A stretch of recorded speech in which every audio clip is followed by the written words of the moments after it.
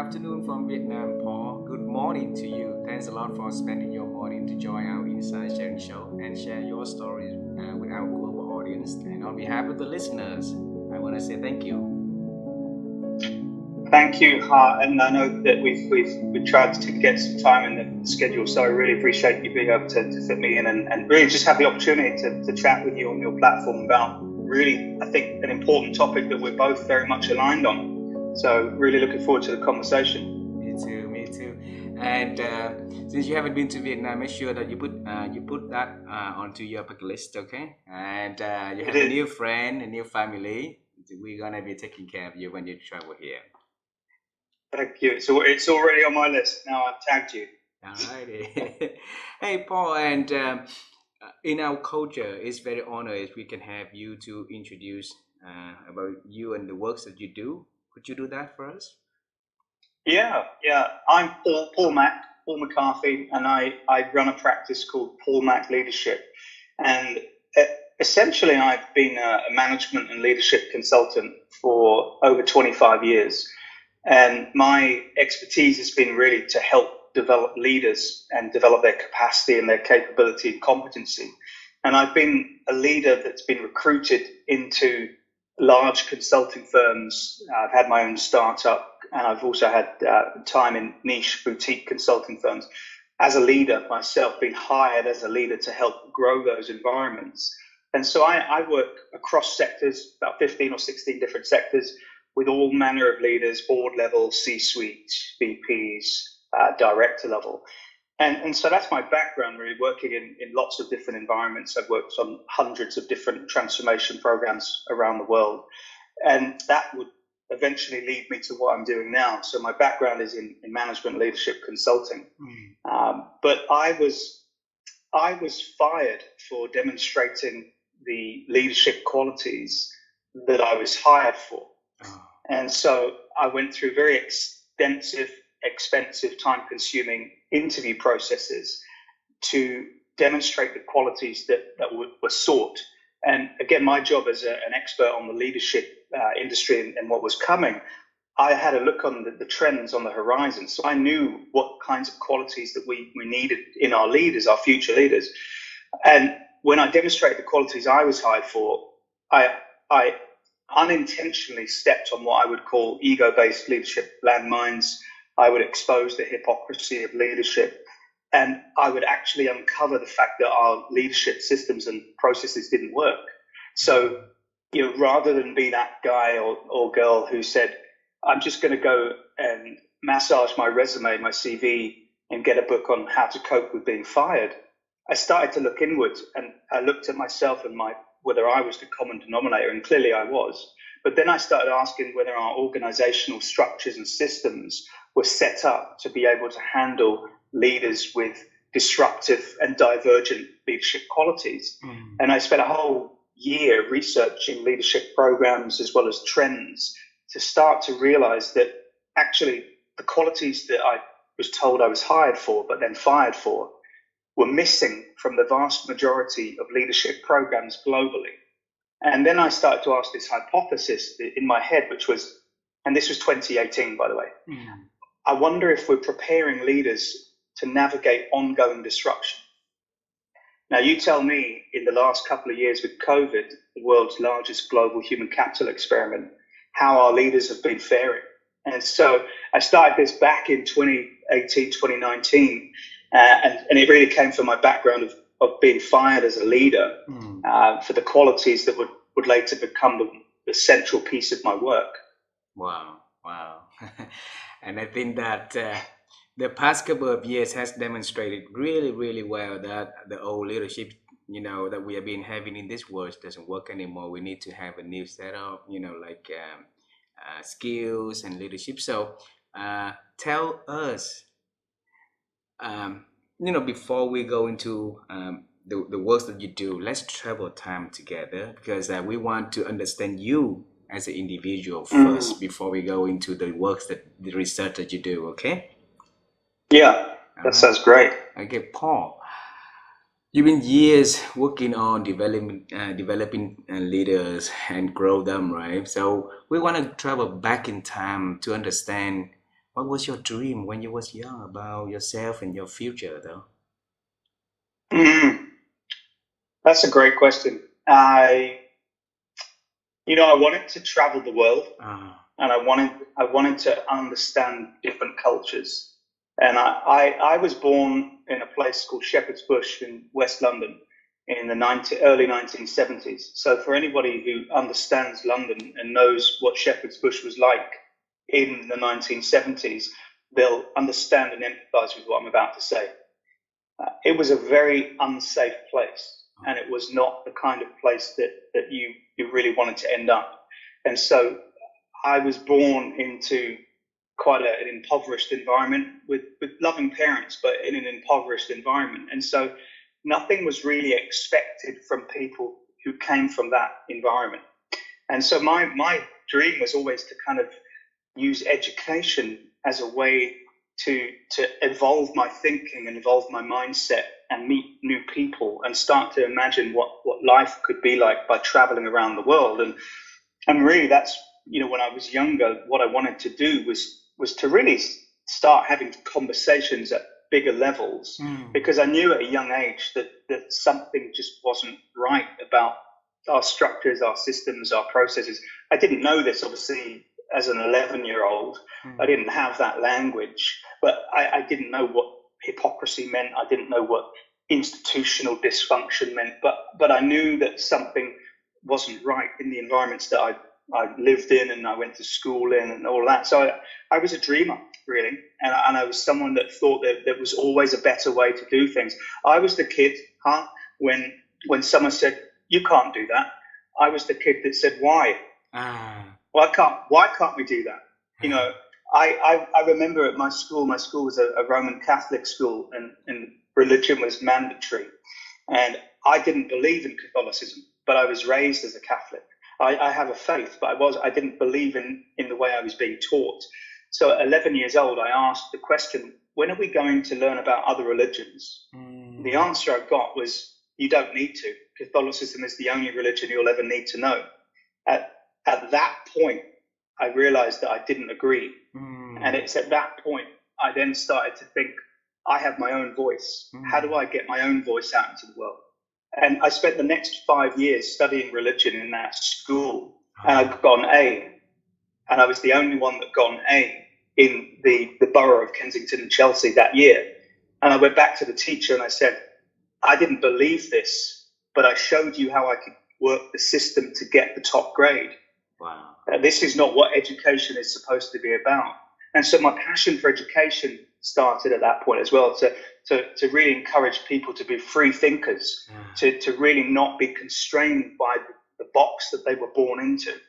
And so that's been a theme throughout my entire life. Wow. So then at the 11 years old, then you start to be curious about the world, saw things that didn't work properly, and the journey to unbox yourself on that journey. Tell us how that journey took place after that into years of working in the industry that in the management consulting and help people to grow. Share with us that journey, please. Yeah, the one word that constantly categorize or characterizes my experience from my younger age all the way right until now is the word reframe. So I've always been a reframer of things, and so I've always got people to look at things through different lenses. You might call it divergent thinking. In fact, my latest podcast episode that just landed a few days ago was on the cognitive diversity bias that the HR industry has towards leaders who think differently than their traditional candidates that go against groupthink. And so it's been a passion for me from that age of 11 all the way up. Like I remember at university, I had a bachelor's degree in anthropology, and it had an elective of social policy. And my Professor Jan Powell, worldwide known for writing about domestic inequality between heterosexual couples. So the argument she wrote a great book called Money and Power, and it said, if a man earns more than the woman, then automatically he allocates money in terms of how to distribute that money across the household, and there's a higher level of control. And so I remember at that point thinking, I wonder if that applied to male gay couples. And this was 1996. So I applied for funding to be able to study a master's degree. And I studied a master's degree, and I took her theory and I started to break it down and say, I started to use this little thing at that time called the internet. And no one had heard of the internet for social policy research. So I started to use the internet to canvass gay couples. And here's what I found. I found a complete difference from the research that Professor Powell had found. I found that education level was more important for these gay couples in determining how they allocated money to household decision making in the environment. I also found out that I would question the idea of whether a gay couple could be a household. Again, this was 1996, right? And inadvertently, what I stumbled upon was the fact that at the time in the UK, all social policy was created on what we called heterosexist principles, which discriminated against non-heterosexuals.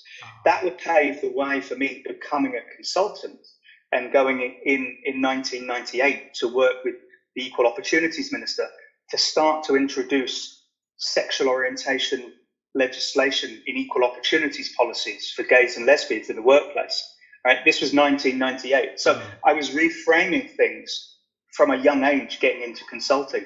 That then has moved forward. And most people, when they think of management consultants, they don't have a very high opinion of us. Right? They think that we get paid a lot of money to go in and give high level advice, and we just rinse and repeat and give that same advice. Like, the joke about, give me your watch and I'll charge you a bunch of money to tell you what time it is, right? There's so many myths out there about management consultants. So one of the things I've done in my industry is to dispel the myths around management consultants.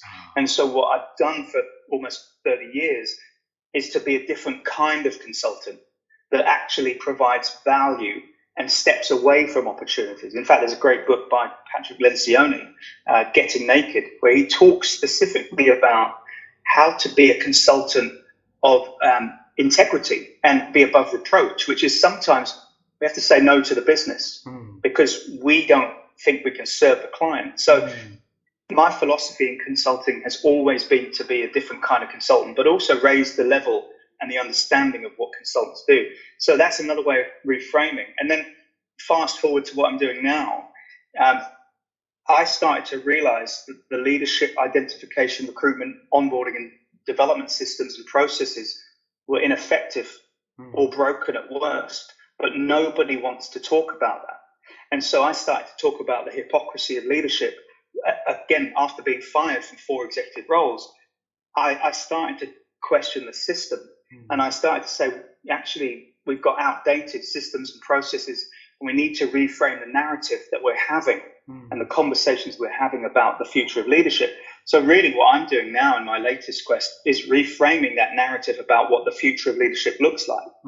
And the theme for me, has been that word reframe throughout my entire life. And all of my major experiences in life have been about reframing people's perceptions and understanding so that I can equip them with the tools and the mechanisms to do this stuff themselves. Paul, I have a question. When you do the research about the process of how organization identifying, recruiting, and then developing leaders, and you say it didn't work, why didn't the organization talk about it until the COVID that happened, though? Yeah, why is a very, very great question. People call it the Great Resignation that's happening, quiet quitting, quiet firing. I really call it the Great Awakening. And so what's happening when I see all of this, the quiet quitting concepts like that, and they all have validity in their own way. But really, for me, and the research that I've done and the dots that I've connected behind the scenes and the people that I've spoken with and interviewed, there's been this groundswell and it's been bubbling under. And so toxicity in our organizational and leadership cultures has always been there. So as an example, we go into the workforce and we just assume that we have to play the game, the political game. And what I mean by that is you go to a meeting, but there's a meeting before the meeting and you're not invited, right? Or there's a meeting after the meeting and you're not invited. That's politics, and it manifests, right? And so over time, what's happened is, and I'll refer to this as the 3 data points. So I've gone in and I've worked with CEOs, I've worked with VPs, chief people officers, directors, and I've seen the books that well, firstly, I've seen, the wall-mounted mission statements with words like integrity, transparency, value, teamwork. I've more than likely been the consultant that's worked with the C-suite to develop that, to help their vision and their value set, right? So that's the first data point. Then I go into their office and I see the books, the leadership books on their shelf, all the great books of leadership that help us be great leaders. That's the second data point. Then I go in and I see actually how they lead. And when they say they have an open door policy, but they don't, when they're not congruent with their words, behaviors, and actions, that's the third data point. And I started to ask why. And again, it's this we've created a culture and a mosaic in our organizations where nobody very much questions this toxicity. And so COVID almost was a lever, as tragic as it's been and continues to be and will be, I'm sure. It was a lever to basically open our eyes, to start us thinking, are things working?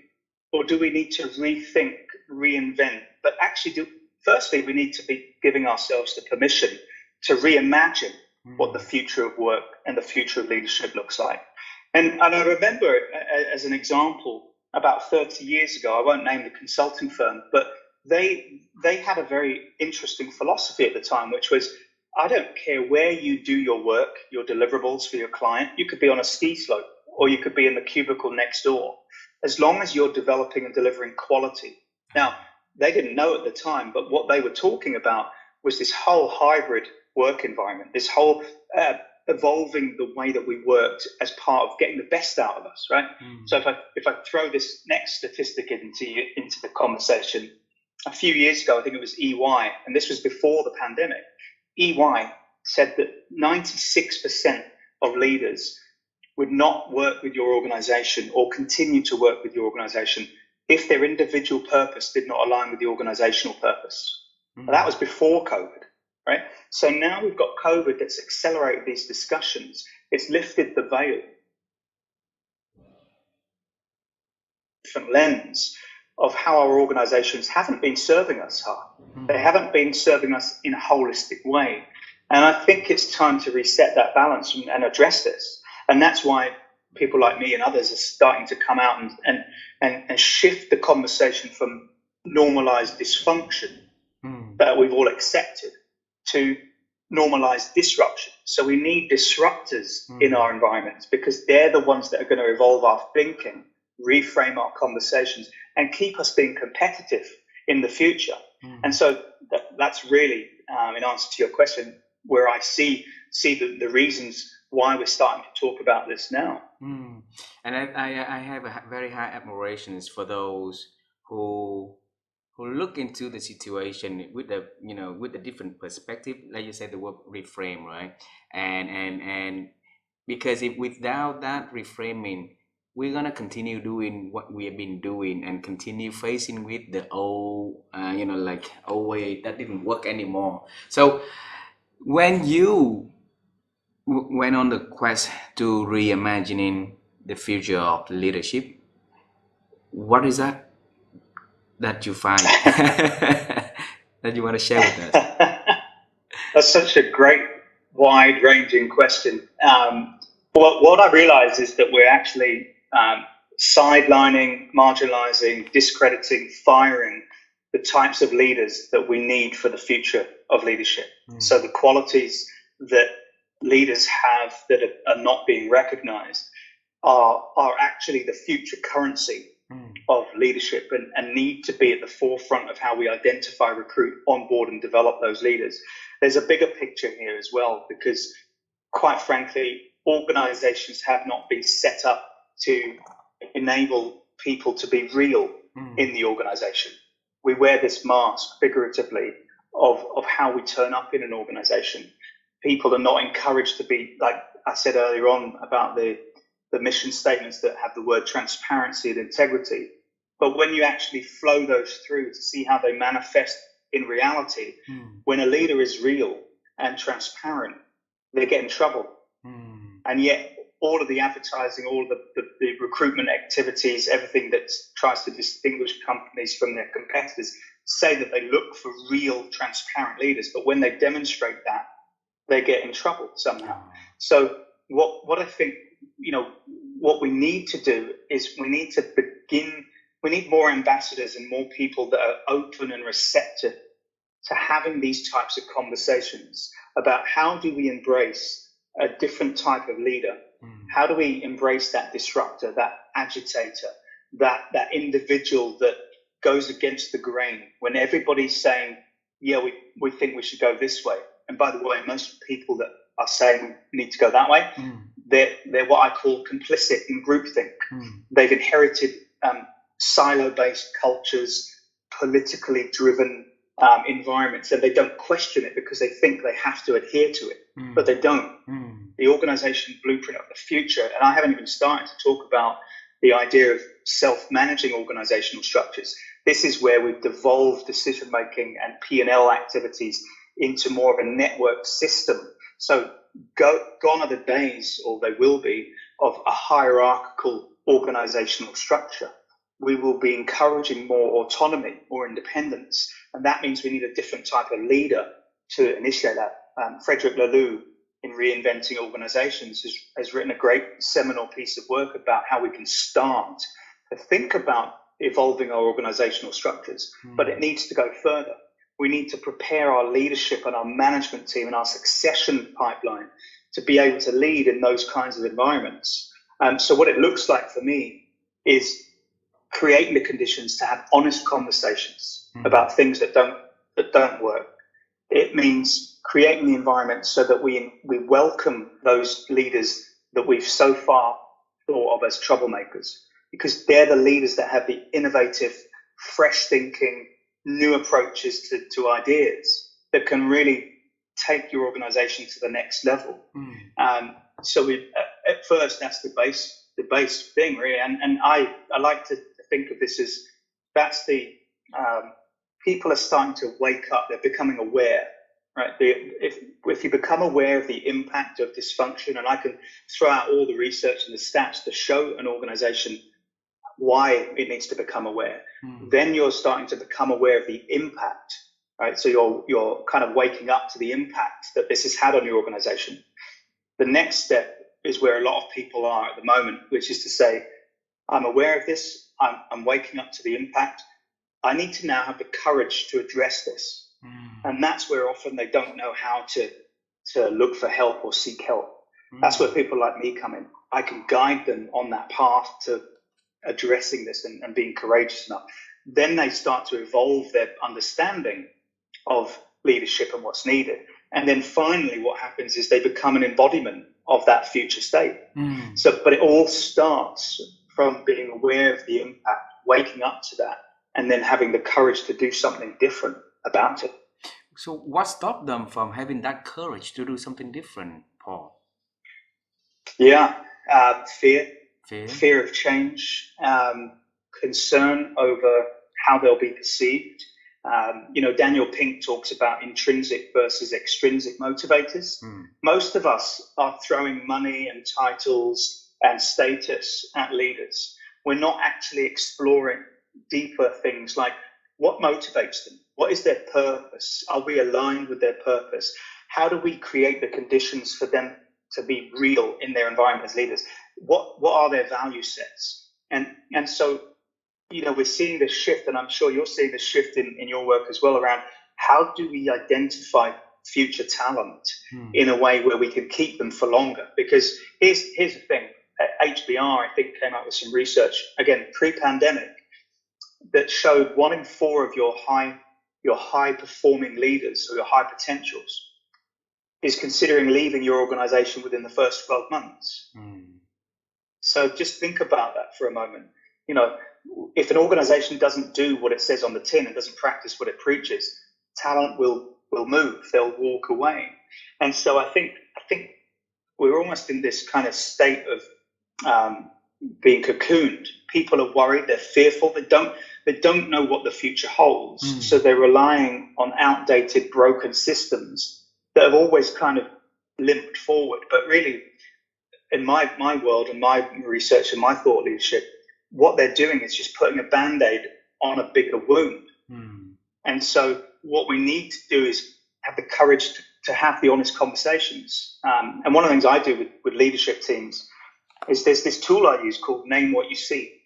And I'm actually using it with some clients at the moment. And as it suggests, it's like, as a leadership team, when you're meeting and talking about your priorities and your focus and your challenges, name what you see in terms of the toxicity and the challenges in each of the team members. Then choose one of those areas as a team to focus on for the next month to address, and then come back and review how effective that intervention's been. And again, it all starts from having honest conversations. And we just have to look in the mirror to be able to do that. We are not the system. We can actually create what the system looks like going forward. And that's what a lot of people, they give too much power away to the organization when they can really take that control back into their own hands. So that's what I would say, why people are fearful, why they're not doing much to address this. And there are people starting to address this. And all around the world, I'm seeing pockets of people and organizations beginning to inject new ideas, new ways of thinking into how they structure their organizations and create those conditions. Paul, it looks like a lot of things a leader needs to change now. Actually, we were really, really good when we were a little boy, little girl, right? We're good at, interacting with other people. We're good at seeing good things from the person next to us. We're good at building trust, building rapport, giving room for them to, to be honest and share feedbacks and stuff like that. So along the way on our, path to become managers and leaders, a lot of things didn't work there. That make us, become less humans than we're supposed to be, and we were young. What happened to us, though? Well, I am a huge advocate of education, right? And I'm a huge advocate of educating people to develop every sense that they have, rather than just rote learning, to remember things, to pass an exam. And I think it really starts at that level. Our role models, be they parental, religious, educational, peer groups, what really I've seen in my work as well, which is adjacent to this whole practice that I've talked about and focus on in the world, but it's part of the issue, which and I'm passionate about the work that I do, introducing my approach to leadership into the younger generation, into schools. Is I'm seeing, well, a couple of things, macro trends, right? We are at no other time in our history have we been as sensitized and sensitive as we are now, with all the access to social media, the accessibility, the immediacy of stuff. We are so sensitive and sensitized and worried what other people think. But then at the same time, we are also, the polarity of that is that we are desensitized because of all of that access and ability to see things. I mean, I remember as a kid, one of my first roles going into project management, I didn't have the internet, right? Or it wasn't immediately available. So to become skilled in project management methodologies, I had to go to a library and spend the weekend reading books in a library, right? Now, that kind of dovetails into what I'm about to say next, which is, because of our evolution with technology and accessibility of information, we have lost our ability for critical thinking. So I am seeing a very sharp decline in aspiring managers, aspiring leaders, millennial level workers, and our future leaders, quite frankly, which is why I'm doing what I'm doing, to help future leaders so that they never have to experience what we've experienced in our environment, right?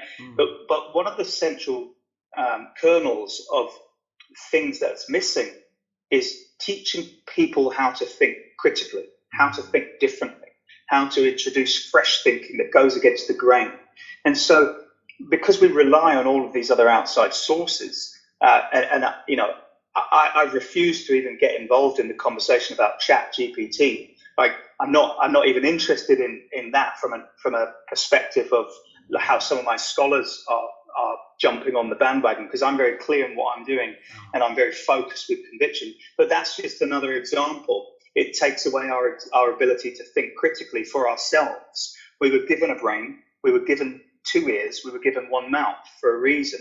And so I believe that we need to go back to basics in education to start injecting this again and having real conversation, real dialogue. Now, for those that are philosophers out there, Rene Descartes, speaking in the 16th, 17th century, talked about this as part of educating. He's got a book called Emile, and it was about educating Emile using all 5 senses. And really, that's what I think is missing, which has led to our inability to think differently and critically. Then we go into the workforce where, let's be honest, we have to just jump through hoops doing verbal reasoning tests, numerical reasoning tests, aptitude tests to result in a score that says we're in that quota, we are now hired into this organization. And all of a sudden, we're now into a system that we didn't have any role in contributing to. We've just inherited it. So we think that we have to play the game using the rules that are set out for us. And all along the way, we are discouraged and dissuaded from thinking differently, thinking critically, because if we do so, we step out of line, we step out of that, away from the group thing. And so leaders like me and others that are coming out of the woodwork are examples of where we've challenged the system at every level, educational, religion, workforce. And it's those types of people that shift the narrative, because it's almost like they've taken the blue pill from the Matrix and they can see the whole system, whereas most of us don't want to take that pill because the fear of the unknown is the thing that keeps us in prison. So for me, it all comes back to celebrating and creating the environment for divergent thinking right from the start of our journey on this planet. Well, leaders normally are good people. Normally, to me, they're good, they're smart, and that's why they got promoted in most cases, to become a leader and then leading the organizations, right? So how can we help them to build a tool, an alert system that help them not to be falling to the old trap and keep being, evolving and learning and growing, and like the way that you guys doing?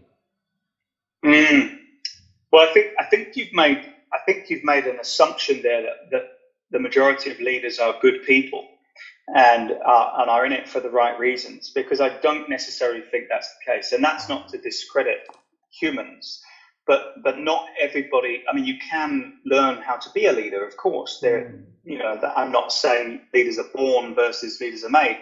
That's an age-old discussion which we'll never find the answer to, because it's all relative and subjective. So you can definitely learn how to be a leader.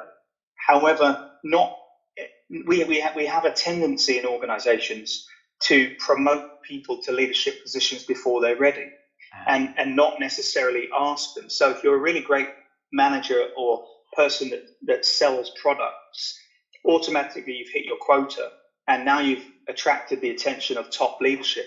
So they put you into a leadership position before you're ready. And it's almost like this, the conscious competence, unconscious incompetence. There's a model that kind of shows how a lot of people are promoted before they're ready.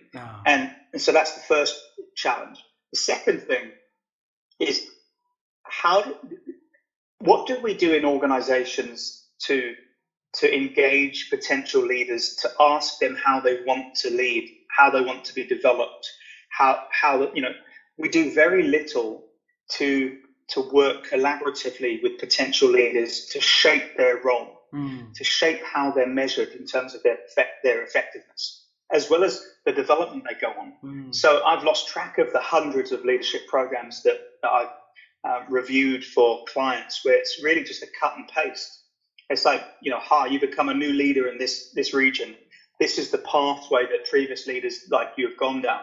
But that doesn't mean that that's going to work for you, exactly. Right? So again, if I'm going to throw some statistics out here, 366 billion is spent every year around the world by people who procure leadership development, and 14% of that of people that buy that leadership development thinks that it works.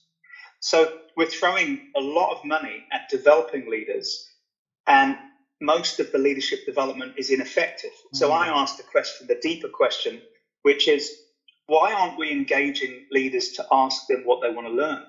Why aren't we sitting down with leaders to say, how can I co-create the KPIs that are going to tell me that investment in that leadership development for you works? Over what time frame? And engage you in a conversation. Then what we've done, again, we've applied that critical thinking ability, right? Rather than you just say, okay, here's my blueprint for being a leader, off you go. And so I think it's a cultural shift. And so I think not, and I think we haven't really also addressed that for the intergenerational leaders. So, baby boomers are on the way out, let's be honest, right? That took too long. I was talking about this 20 years ago. Very few of us started succession planning until it's right in our face and we have to address it. The next generation of leaders are in the ideal spot to be mentors for millennial level leaders. I think I put a post out recently. There's 53 million millennial managers out there. And that number's rising. But very few of us are thinking about how do we identify, recruit, onboard, and develop them, because they're going to need and want a more disruptive approach to the way that they're recruited, onboarded, and developed. We know this. So our systems aren't keeping up with the evolution of what our new leaders would need and want. So Paul, question. We knew that you said that 14% of the leaders attending the training believe that it works, so it left us for 86% of them that say that it's ineffective, right? And why organization didn't do the thing that you mentioned above, a bit before, ask those leaders what works for them? That's a simple question, but no organization asked, why? What happened to those organizations? Yeah, and again, there's a concern. There's a fear factor. There's a risk factor, and I think it was research from Professor Francesca Gino from Harvard, and she's written a great book called Rebel Talent, which is kind of along the lines of some of the stuff I'm doing. However, my work goes a bit deeper to look at the systemic and the institutional reasons why we discourage rebels and disruptors. She talks some great research about how we need rebels, and so some of the research that she puts in her book, I think she surveyed 520 chief learning officers and asked them about the concept of curiosity. I call it inquisitive nature in my methodology, the fired leadership methodology. And she, because people say they want leaders to be curious, they want that quality, because that's what drives different thinking, which drives innovation, which drives disruption, which drives differentiation in the market, right? It all comes back to that. And the reason that they gave, the majority of those 520 individuals said that if they encouraged curiosity, it was too much of a risk for too little payback. So it cost the organization too much money to create an environment for those leaders to be curious, right? And so the payoff, the risk of actually the benefit of that they made a calculated assessment. So I think that says something deeper about the way that we've structured organizations. So as I said right at the beginning of this conversation, we have not set up our organizations to be able to handle agitators, people who think differently, rebels, disruptors. And what we need to do is to have that conversation first, almost understand why we need that kind of thinker and leader, and then audit our current systems and processes to say, how equipped and how prepared are we? And by the way, that also means looking in the mirror. What are my biases that I have towards people who think differently than me? I'm not talking, this is part of the DEI agenda, but I'm not talking about, race, sexual orientation, age, gender. I'm talking about different thinking. So then I get leaders, hiring managers, VPs of HR, learning and development directors to start asking the question, how have we set our systems up to discourage people like that from applying for our organization? And once they've done that internal work, that self-awareness, that blind spot work, because everyone has blind spots, right? So how I get them to think is to say, right, let's understand our own role in this first before we then start to think about reframing and reimagining what our systems and processes look like. It all starts at that foundational level. But the reason we don't do that is because, quite simply, you've heard that term, if it ain't broke, don't fix it, right? Yep. But it is broke. And this bubbling up of quiet quitting, quiet firing, this is what I firmly believe is the manifestation of ingrained and entrenched toxicity. And people are saying, enough, we don't want it anymore, enough. COVID opened our eyes. It was an accelerator, and it's enabled us to reimagine what the future looks like. And I predict more and more numbers that will increase in terms of toxicity, people leaving organizations. And as that number becomes more and more front and center, we will have no choice but to start to address this. Well, Paul, you took another step to write a book about that also, the future quality of a good future leadership, right? The FIRE leadership model. Tell us, what is that about? Could you? Yeah, so we'll be the first of three, and it's actually been developed over the last few years. Initially more as a mindset and a philosophy. So I started to drip feed into the market, particularly LinkedIn, whether or not our systems worked, right? Whether or not we had the leaders that we needed for the future. And the research and the reviews of materials that I've done and the interviews I've done tell me that we haven't, right? And we don't have the leaders with the right qualities needed. So what I did as part of my journey of being fired, when I was fired for demonstrating the qualities that I was hired for. And those qualities ended up over hundreds of hours of review and reflection and peer-reviewed research to look at these qualities and whether they featured in the development programs for leaders, in fact, the identification, recruitment, onboarding as well, and they didn't. And so the qualities ended up becoming fresh thinking, inquisitive nature, real and accountable, expressive and challenging, and direct and transparent. And that spells the FIRED acronym. And so FIRED leadership was born. And underpinning all of that, of course, there's a framework, there's a methodology, there's identifiers of these qualities. There's a whole program and a whole suite of materials that inform and shape this methodology. And I started to write this idea. And it was from the hypothesis what we talked about earlier. I wonder if we're firing the very talent that we need to navigate ongoing disruption. And I started that at the end of 2018, that whole journey. And I've intentionally drip fed new ideas into the world since that time. And it became a book, and it was never intended to become a book. But then I started writing a book, and it basically talks about what's not working in leadership first. So the first section talks about everything we've talked about in greater length as part of introducing a new approach. Because you and I both know the world does not need another leadership book, right? This is not another, here's my take on leadership. It's not about that. It's about the fact that our current systems don't work and our current systems are not preparing us for the future. So we need to look in the mirror to address why that is. Section 2 starts to introduce the FIRED leadership approach, which, if anything, it's actually encouraging us to think differently about the future of leadership. It's quite counterintuitive. It's to say we need a different kind of leader, the ones that we're overlooking. And I use case studies, I use research, I use statistics, I use my own experience, and I craft a compelling narrative that shows the reader actually those leaders that you're marginalizing, sidelining, dismissing, not promoting, not hiring, they're the ones you need. They're the ones you need, and I show why.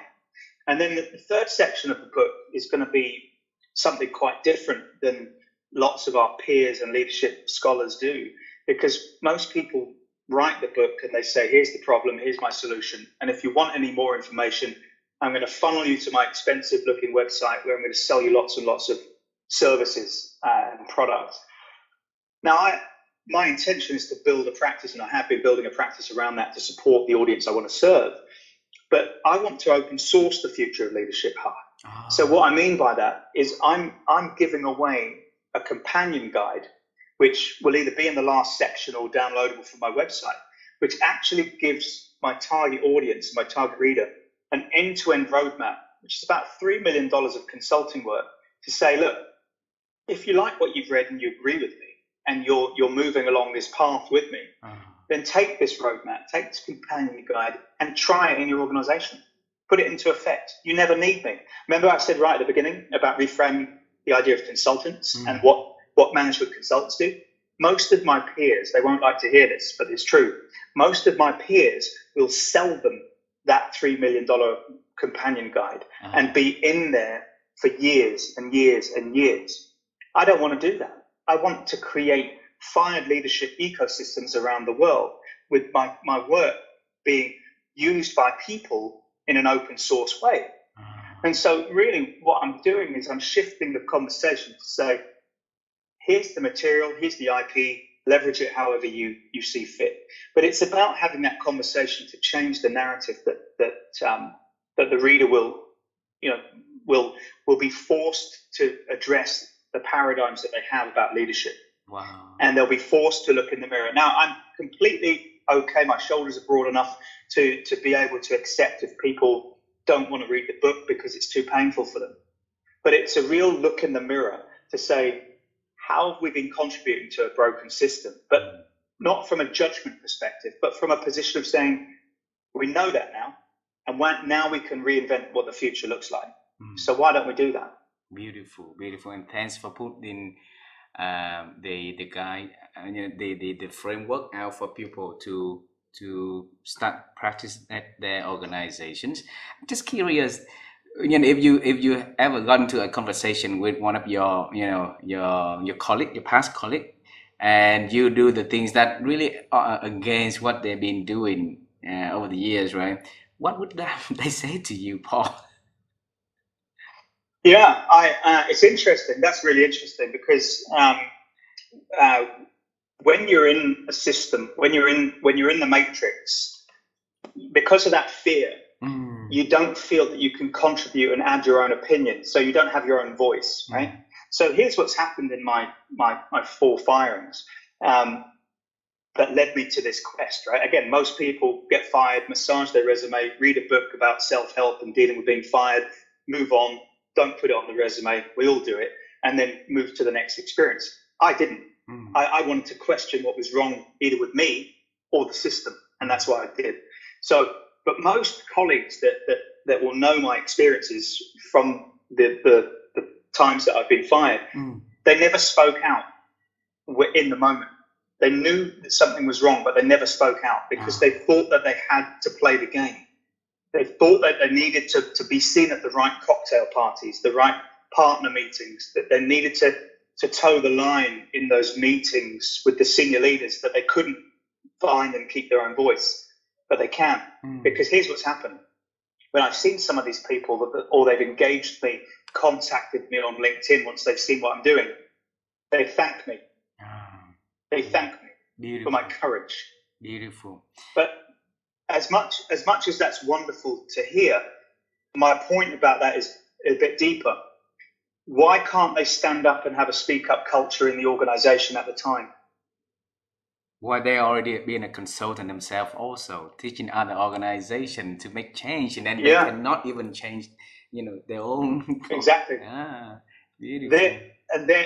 Therein lies again the hypocrisy of leadership. We feel that we've inherited this system that doesn't work. We all know it. Now we all know it, but we're too scared to address it. And those that do address it, they suffer the fate that people like me and others have. But what I'm trying to do is turn the Titanic around slowly to get us to think differently. But everyone that I have engaged with from my former lives when I've been fired from positions have basically congratulated me and said, it's time. It's time that we address this. And my hope for them and everyone else that hears my message and works with me along the way is that I can help you in some small way to speak up in your culture, to address what's not working, to leverage the tools that we've developed to shift the conversation in the future. Beautiful. And see, through this conversation, we see the whole notion of, have your voice heard, happen since you were young all the way up to this point, I believe. So I have a last question for this conversation today, Paul. And this question is very important because my wife and I, we have been on the quest to help people to improve their ability to think. All right. We believe that a lot of our issue at the moment is because we don't think properly. We don't have, we don't know how to use our thinking in the proper way. So over the years, how have you been helping yourself to expand your ability to think? Love that question. Love it. It's not always easy to practice what one preaches. It's quite difficult sometimes. And I think, we are hypocrites ourselves as humans. And I've been on a lifelong quest to understand why humans are hypocritical, including myself. But one of the things I do, there's several things I do actually. I have almost a morning routine that I read actually, and I'm not advocating for these people in any way, but they've helped me in my quest. But Price Pritchard's U Squared is a concept where it talks about how do you position yourself for exponential growth, quantum leap, right? And it's kind of a book and a philosophy that really helps me ground me and keep me focused and believe in my capabilities. So I kind of read some of the material from that individual's work. Which person? I'm a huge. I'll show. I don't know if you can see on my screen, but this. I can see you too. U Squared. If you put that into Google, you'll find that out very, very easily. Absolutely. And it's a high velocity formula for multiplying your personal effectiveness in quantum leaps. I read it. It's one page per chapter, and I read it really as a way to nourish me. To think of this as the foundation, the scaffolding that helps me do what I do. And so that philosophy really helps me. Another thing that I do, and I'm a real proponent of Pema Chodron, who's a Buddhist monk, and she writes about, she's got a lot of different books about embracing ambiguity, about being comfortable in uncomfortable situations, and sometimes that helps me at a spiritual level to keep me focused on this path. And then I'm an advocate of Bob Proctor and a lot of the work around Bob Proctor and thinking into results. And that again, those three different sources help me on my journey as part of a daily ritual. And the other thing I do, is I'm always looking at where my blind spots are. And I use a tool called the Johari window. And I can send you in the show notes or whatever makes sense. But the Johari window, I teach this to leadership teams across the world.